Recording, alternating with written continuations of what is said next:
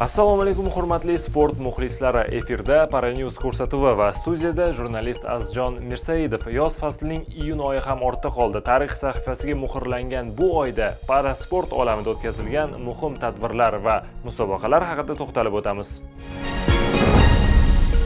Los Angeles 2028 Paralimpiya o'yinlari taqvim va musobaqalar o'tkaziladigan inshootlar e'lon qilindi. 2028-yilning 15-27 avgust kunlari AQShning Los Angeles shahri o'z tarixida ilk bor yozgi Paralimpiya o'yinlariga mezbonlik qiladi. Los Angeles 2028 tashkiliy qo'mitasi tomonidan e'lon qilingan dasturga ko'ra musobaqalar 23 ta sport turi bo'yicha o'tkaziladi hamda jami 560 ta medallar jamlanmasi sohiblariga topshiriladi.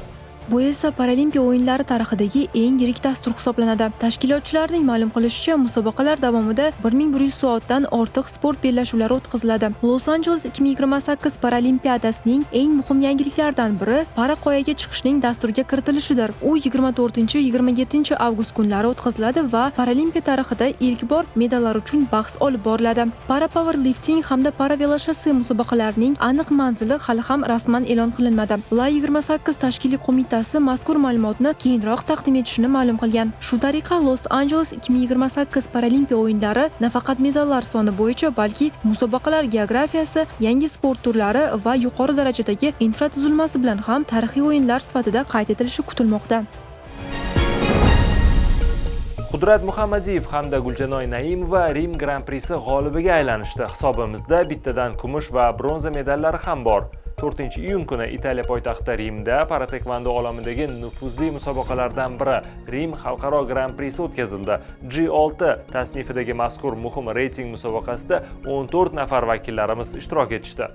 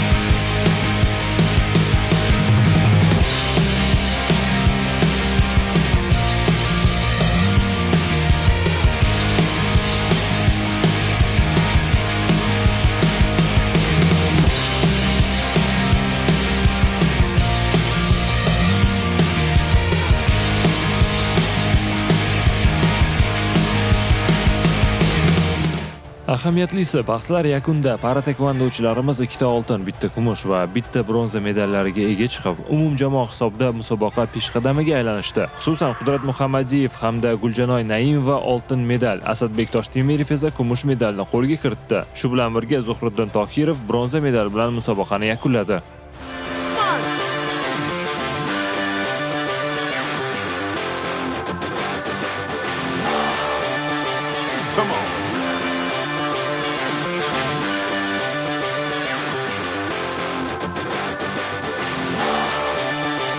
Come on.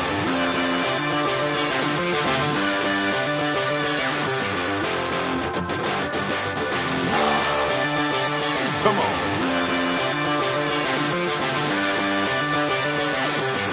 Break it down now. Break it down now.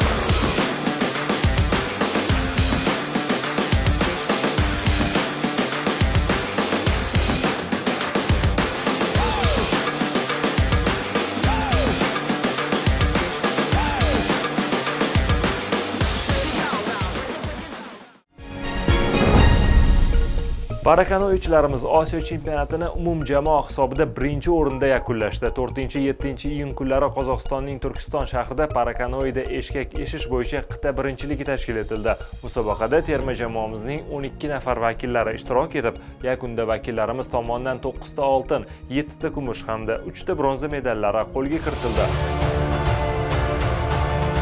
Mazkur natija orqali hamyurtlarimiz Osiyo chempionatini medallar reytingida peshqadam sifatida yakunlashdi. Eslatib o'tamiz, parakanoechilarimiz 2025-yilgi Osiyo chempionatida 7 ta oltin, 6 ta kumush va 1 ta bronza medallariga ega chiqishgandi. Bu safargi turnir davomida Irodaxon Rustam va hamda Azizbek Abdulhabibov 2 tadan oltin qo'lga kiritgan bo'lsa, Shahzoda Mamadaliyeva, Shahnoza Mirzayeva, To'rabek Nazarqulov, Hasan Qo'ldash va Hayitmurod Sherquziyev ham o'z dasturlarida tengsiz ekanini yana bir bor isbotlab qo'ydi. Paradzyudochilar o'rtasida O'zbekiston Kubogi o'tkazildi. 10-11 iyun kunlari Respublika Olimpiya va Paralimpiya sport turlariga tayyorlash markazida paradzyudo bo'yicha yoshlar va kattalar o'rtasidagi mamlakat kubogi bahslari tashkil etildi.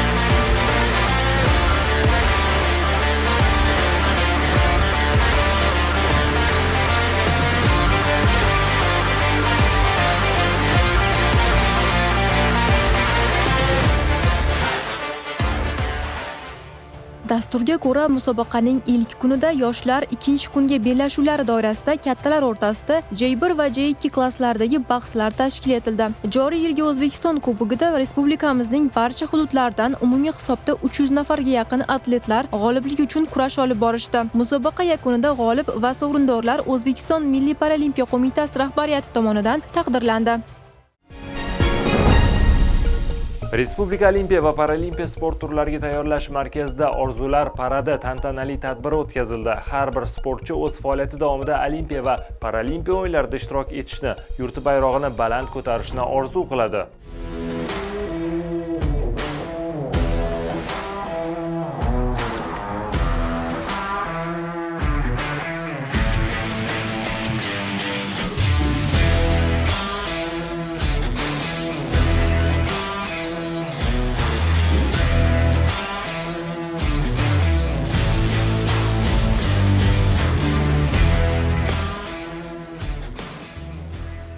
o'n ikkinchi iyun kuni Respublika Olimpiya va Paralimpiya sport turlariga tayyorlash markazi o'quvchilari, xodimlari va faxriylari ishtirokida Orzular paradi loyihasi tashkil etildi. Tartib bo'yicha ikkinchi marotaba o'tkazilayotgan mazkur tadbirda markaz sport bo'limlarining yurishi, taqdirlash marosimi hamda yulduzlar ishtirokidagi konsert dasturi bo'lib o'tdi.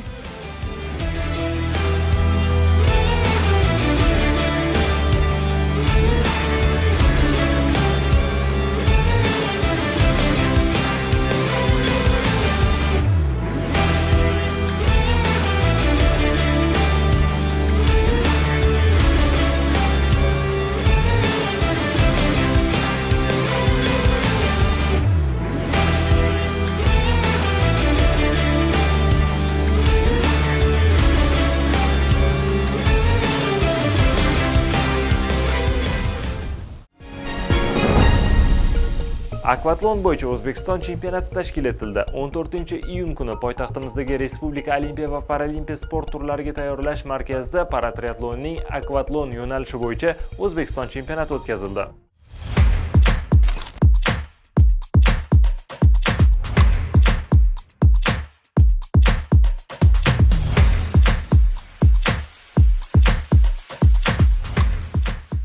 metr masofaga suzish hamda 3 kilometr masofaga yugurish bo'yicha o'tkazilgan bahslar yakunida Andijon viloyati umumjamoa hisobida birinchi o'rinni egalladi. Musobaqa g'olib va sovrindorlari O'zbekiston Milliy paralimpiya qo'mitasi rahbariyati tomonidan taqdirlandi.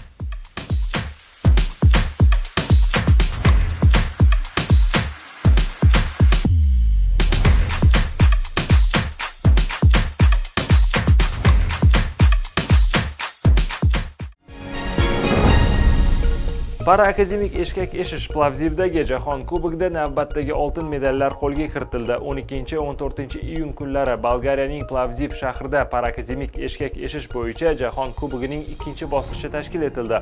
Musobaqa biz uchun muvaffaqiyatli yakunlandi. Terma jamoamiz musobaqa doirasida juftlik yo'nalishidagi bellashuvlarda ishtirok etdi. Musobaqa reglamentiga ko'ra 13-iyun kuni PR2 Mix 2X dasturida saralash bahslaridan muvaffaqiyatli yakunlagan Diyorbek Boybolsinov va Muhayyo Abdusattorova juftligi final bosqichida ishtirok etib, bu safar ham marraga birinchi bo'lib yetib keldi va oltin medallarga sazovor bo'ldi. Vakillarimiz 8 daqiqa 125 soniyada marra chizig'ini kesib o'tishdi. Jahon Kubogining yakuniy kunida PR3 Mix 2X dasturidagi hal qiluvchi bahslar o'tkazildi. Ahamiyatlisi unda ishtirok etgan vakillarimiz Akbarali Abduvaliyev va Dinara Bilyanina marra chizig'ini 7 daqiqa 145 soniyada kesib o'tdi va oltin medalga ega chiqdi. Shunday qilib, hamyurtlarimiz Plovdiv shahri mezbonlik qilgan Jahon Kubogining ikkinchi bosqichida 2 oltin medalga sazovor bo'lishdi. Parakamondan otish bo'yicha yoshlar va kattalar o'rtasida O'zbekiston chempionati bo'lib o'tdi. 16-20 iyun kunlari Respublika Olimpiya va Paralimpiya sport turlariga tayyorlash markazida parakamondan otish bo'yicha yoshlar va kattalar o'rtasida O'zbekiston chempionati tashkil etildi. Musobaqada 60 nafarga yaqin merganlar g'oliblik uchun o'zaro bahs olib bordi.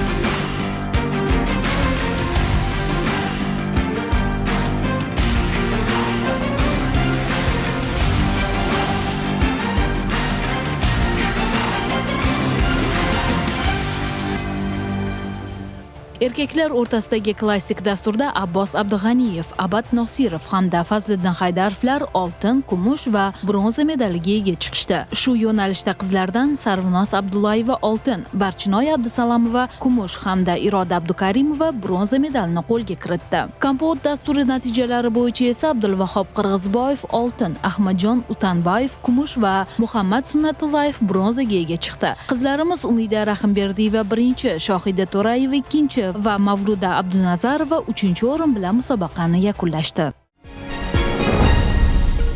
Tunis Grand Prix'da 30 ta medal qo'lga kiritildi. 16-20 iyun kunlari davomida parayengil atletika bo'yicha navbatdagi xalqaro Grand Prix turniri bo'lib o'tdi. Tunisda tashkil etilgan mazkur musobaqada dunyoning 58 ta mamlakatidan 500 nafarga yaqin atletlar ishtirok etishdi.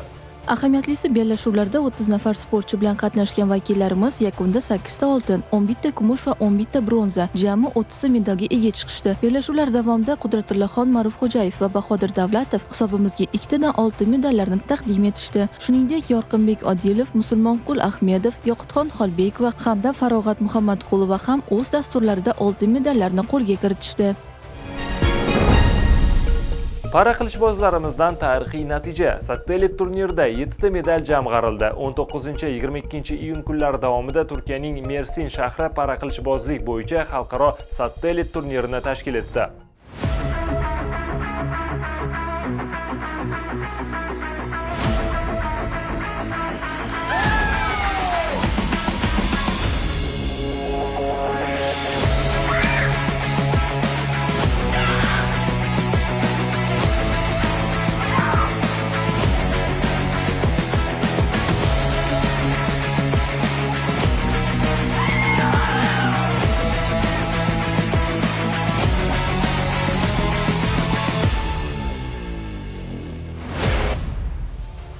o'n 15 ta mamlakatdan 60 nafar sportchi ishtirok etgan mazkur turnirda terma jamoamiz a'zolari 2 ta oltin va 5 ta bronza medallariga sazovor bo'lishdi. Rasul Juzubbayev B toifasidagi sabla va shpaga dasturlarida oltin medal qo'lga kiritdi. Muhriddin Islomov, Mehribon Jalgasova, Gulzora Rahmonova esa 2 tadan bronza medallarni delegatsiyamiz hisobiga yozib qo'yishgan. Mazkur natija orqali para qilichbozlarimiz musobaqani umumjamoa hisobida Xitoy va mezbon Turkiyadan so'ng 3-o'rinda yakunlashdi.